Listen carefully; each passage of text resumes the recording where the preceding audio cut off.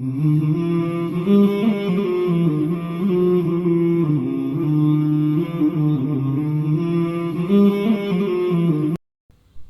اللہ الرحمن الرحیم۔ سیرت النبی صلی اللہ علیہ وسلم، 14واں باب۔ 3 تحریریں۔ آپ صلی اللہ علیہ وسلم کی عمر 35 سال ہوئی تو مکہ میں زبردست سیلاب آیا۔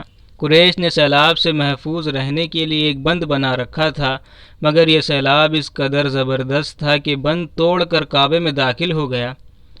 پانی کے زبردست ریلے اور پانی کے اندر جمع ہونے کی وجہ سے کعبے کی دیواروں میں شگاف پڑ گئے۔ اس سے پہلے ایک مرتبہ یہ دیواریں آگ لگ جانے کی وجہ سے کمزور ہو چکی تھیں، اور یہ واقعہ اس طرح ہوا تھا کہ ایک مرتبہ کوئی عورت کعبے کو دھونی دے رہی تھی کہ اس آگ میں سے ایک چنگاری اڑ کر کعبے کے پردوں تک پہنچ گئی۔ اس سے پردوں کو آگ لگ گئی اور دیواریں تک جل گئیں۔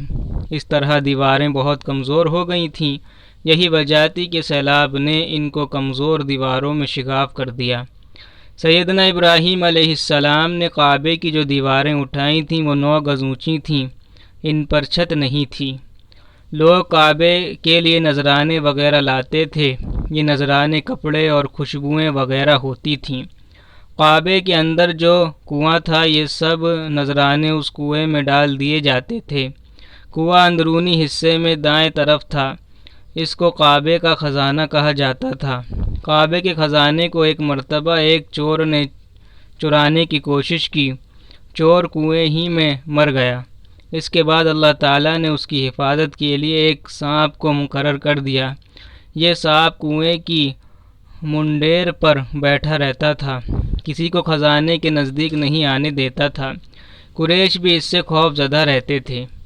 اب جب کہ کعبے کی دیواروں میں شگاف پڑ گئی اور نئے سرے سے اس کی تعمیر کا مسئلہ پیش آیا تو اللہ تعالیٰ نے ایک پرندے کو بھیجا، وہ اس سانپ کو اٹھا لے گیا۔ یہ دیکھ کر قریش کے لوگ بہت خوش ہوئے۔ اب انہوں نے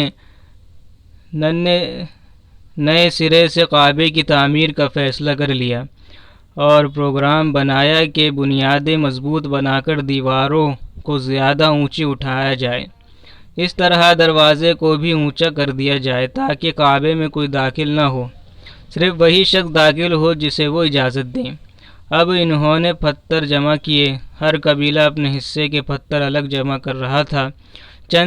چندہ بھی جمع کیا گیا۔ چندے میں انہوں نے ایک پاک کمائی دی، ناپاک کمائی نہیں دی۔ مثلاً طوفائیوں کی آمدنی، سود کی کمائی، دوسروں کا مال غصب کر کے حاصل کی گئی دولت چندے میں نہیں دی، اور پاک کمائی انہوں نے بلا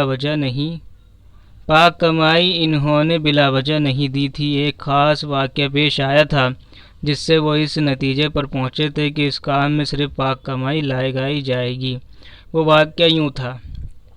ایک قریشی سردار ابو وہب عمرو بن عابد نے جب یہ کام شروع کرنے کے لیے ایک پتھر اٹھایا تو پتھر اس کے ہاتھ سے نکل کر پھر اسی جگہ پہنچ گیا جہاں سے اسے اٹھایا گیا تھا۔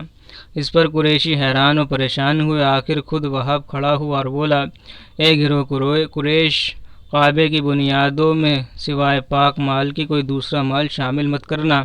بیت اللہ کی تعمیر میں کسی بدکار عورت کی کمائی، سود کی کمائی یا زبردستی حاصل کی گئی دولت ہرگز شامل نہ کرنا۔ یہ وہاب نبی کریم صلی اللہ علیہ وسلم کے والد حضرت عبداللہ کا ماموں تھا اور اپنی قوم میں ایک شریف آدمی تھا۔ جب قریش کے لوگ خانہ کعبہ کی تعمیر کے لیے پتھر ڈھو رہے تھے تو ان کے ساتھ نبی کریم صلی اللہ علیہ وسلم پتھر ڈھونے میں شریک تھے۔ آپ پتھر اپنی گردن پر رکھ کر لا رہے تھے۔ تعمیر شروع کرنے سے پہلے قریش کے لوگوں نے خوف محسوس کیا کہ دیواریں گرانے سے کہیں ان پر کوئی مصیبت نہ نازل ہو جائے۔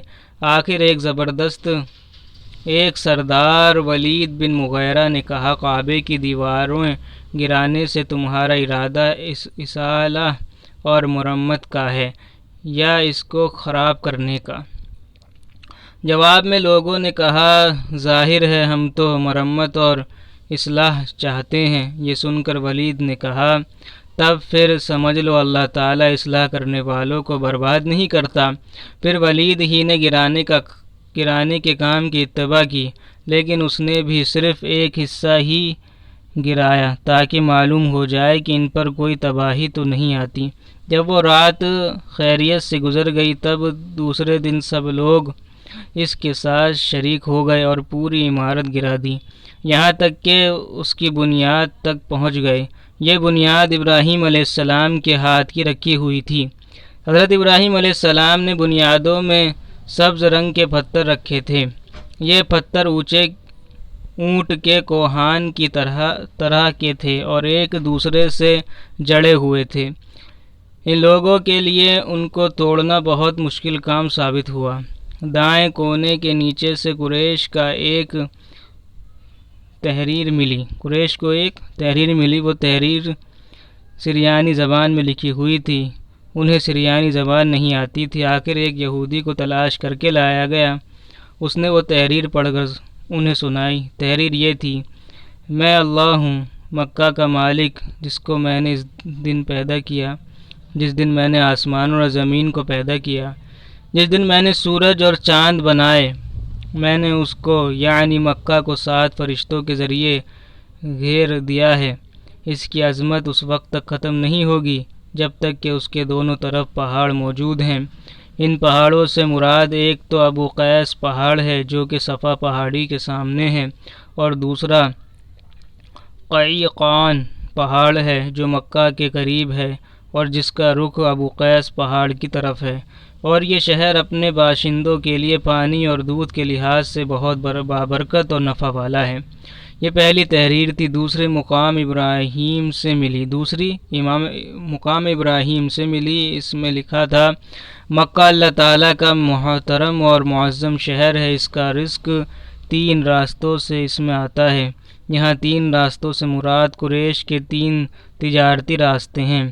ان راستوں سے قافلے آتے جاتے تھے۔ تیسری تحریر اس سے کچھ فاصلے سے ملی۔ اس میں لکھا تھا: جو بھلائی بوئے گا لوگ اس پر رشک کریں گے، یعنی اس جیسا بننے کی کوشش کریں گے، اور جو شخص رسوائی بوئے گا وہ رسوائی اور ندامت پائے گا۔ تم برائیاں کر کے بھلائی کی آس لگاتے ہو، ہاں یہ ایسا ہی ہے جیسا کیکر یعنی کانٹے دار درخت میں کوئی انگور تلاش کرے۔ یہ تحریر کعبے کے اندر پتھر پر کھدی ہوئی ملی۔ کعبے کی تعمیر کے سلسلے میں قریش کو پتھروں کے علاوہ لکڑی کی بھی ضرورت تھی۔ چھت اور دیواروں میں لکڑی کی ضرورت تھی۔ لکڑی کا مسئلہ اس طرح حل ہوا کہ ایک جہاز عرب کے ساحل سے آ کر ٹکرا گیا۔ آج اس مقام کو جدہ کا ساحل کہا جاتا ہے۔ یہ مکہ کا ساحل کہلاتا تھا، اس لیے کہ مکہ کا قریب ترین ساحل یہی تھا۔ ساحل سے ٹکرا کر جہاز ٹوٹ گیا، اور جہاز کسی رومی تاجر کا تھا۔ اس جہاز میں شاہ روم کے لیے سنگ مرمر، لکڑی اور لوہے کا سامان لے جایا جا رہا تھا۔ قریش کو اس جہاز کے بارے میں پتہ چلا تو یہ لوگ وہاں پہنچے اور ان لوگوں سے لکڑی خرید لی۔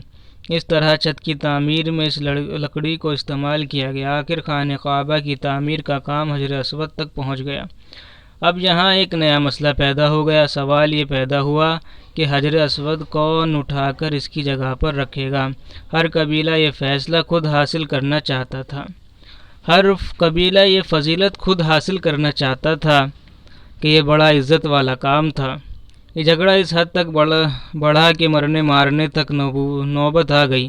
لوگ ایک دوسرے کو قتل کرنے پر تل گئے۔ قبیلہ عبدالدار نے تو قبیلہ عدی کے ساتھ مل کر ایک برتن میں خون بھرا اور اس میں اپنے ہاتھ ڈبو کر کہا: حجر اسود ہم رکھیں گے۔ اسی طرح دوسرے قبیلے بھی اڑ گئے۔ تلواریں نیاموں سے نکل آئیں۔